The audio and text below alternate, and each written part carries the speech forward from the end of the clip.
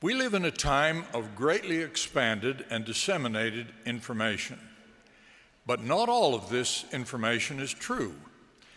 We need to be cautious as we seek truth and choose sources for that search.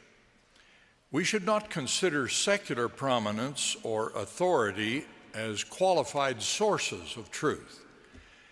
We should be cautious about relying on information or advice offered by entertainment stars, prominent athletes, or anonymous internet sources.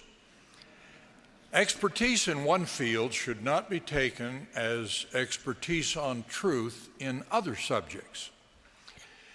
We should also be cautious about the motivation of the one who provides information. That's why the scriptures warn us against priestcraft. If the source is anonymous or unknown, the information may also be suspect.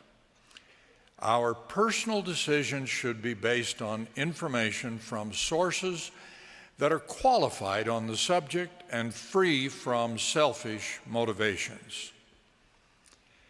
When we seek the truth about religion, we should use spiritual methods appropriate for that search: prayer, the witness of the Holy Ghost, and study of the scriptures and the words of modern prophets.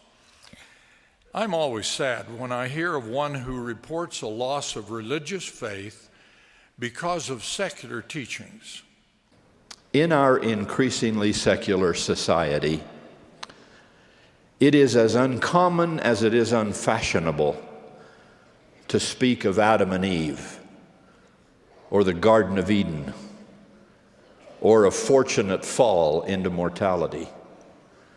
Nevertheless, the simple truth is that we cannot fully comprehend the atonement and resurrection of Christ, and we will not adequately appreciate the unique purpose of his birth or his death.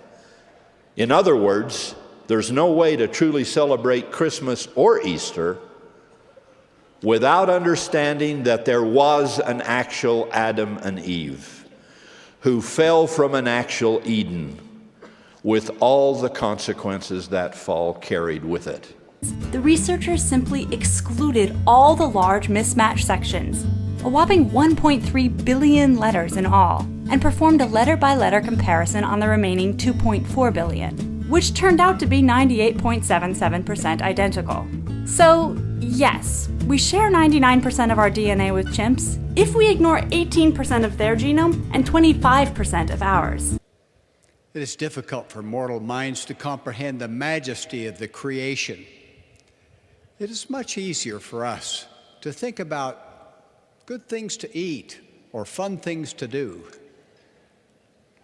But I would like to stretch our minds to think of things beyond our easy grasp.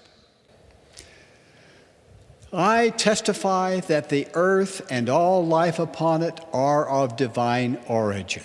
The creation did not happen by chance.